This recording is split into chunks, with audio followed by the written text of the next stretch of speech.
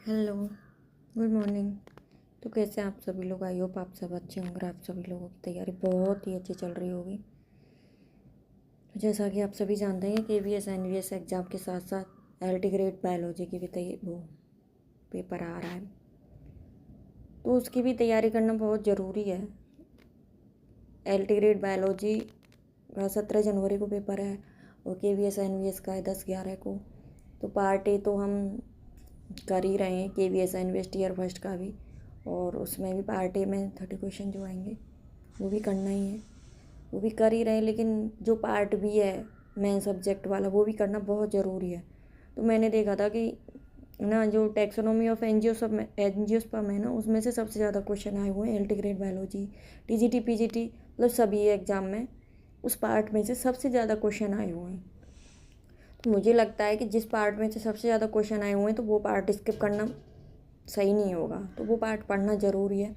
और आप लोगों ने थ्योरी पढ़ी हो तो उसका रिवीजन ज़रूर करें। अगर थ्योरी फिर भी नहीं पढ़ पाए हो, कि अभी मतलब पढ़ रहे हो, सोचा हो कि हाँ अभी तैयारी कर रहे हैं, अभी स्टार्ट की हो, तो आप इस यूथ की बुक में से क्वेश्चन कर सकते हैं। और ये मैंने घटना चक्र की बुक मंगाई थी, उसमें से भी कोई क्वेश्चन दे रखे, उसमें से भी कर सकते हो। उसमें बहुत इंपॉर्टेंट फैक्ट दे रखे हैं।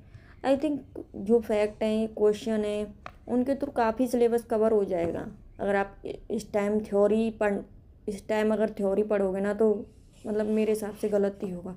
इस टाइम क्वेश्चन करना बहुत ज़रूरी है।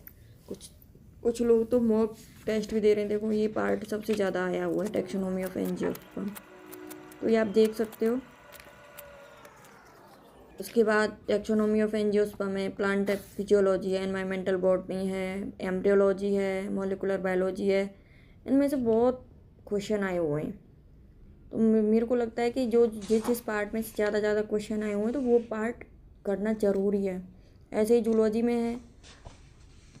मैं पहले बॉटनी कर रही हूँ, अब किसी को जो सूट लगे, मतलब जो अच्छा लगे कि हाँ पहले जूलॉजी करो, पहले बॉटनी करो। यदि मुझे लगता है यूथ कंपटीशन बुक सभी के पास होगी, नहीं हो तो पहले ही मंगा सकते हो, ये आगे भी काम आएगी, ऑनलाइन मिल जाएगी। और तो इसमें दे रखा है कि किस पार्ट में से क्वेश्चन सबसे ज़्यादा आए हुए हैं, तो उस पार्ट के हिसाब से आप क्वेश्चन कर सकते हो। पार्ट बी को आप स्ट्रॉन्ग कर सकते हो। अभी भी आपके पास टाइम है इतना कि क्वेश्चन पढ़ के भी कर सकते हो मेरे हिसाब से, अगर कुछ भी नहीं किया है तो। अब मेरे हिसाब से बिना पढ़े एग्ज़ाम देने जाने से अच्छा है कि क्वेश्चन करके ही चले जाओ, क्या पता कुछ क्वेश्चन फंस ही जाए इसमें से। सो आपको वीडियो अच्छी लगी हो तो आप लाइक करें, सब्सक्राइब करें, शेयर करें। Thank you.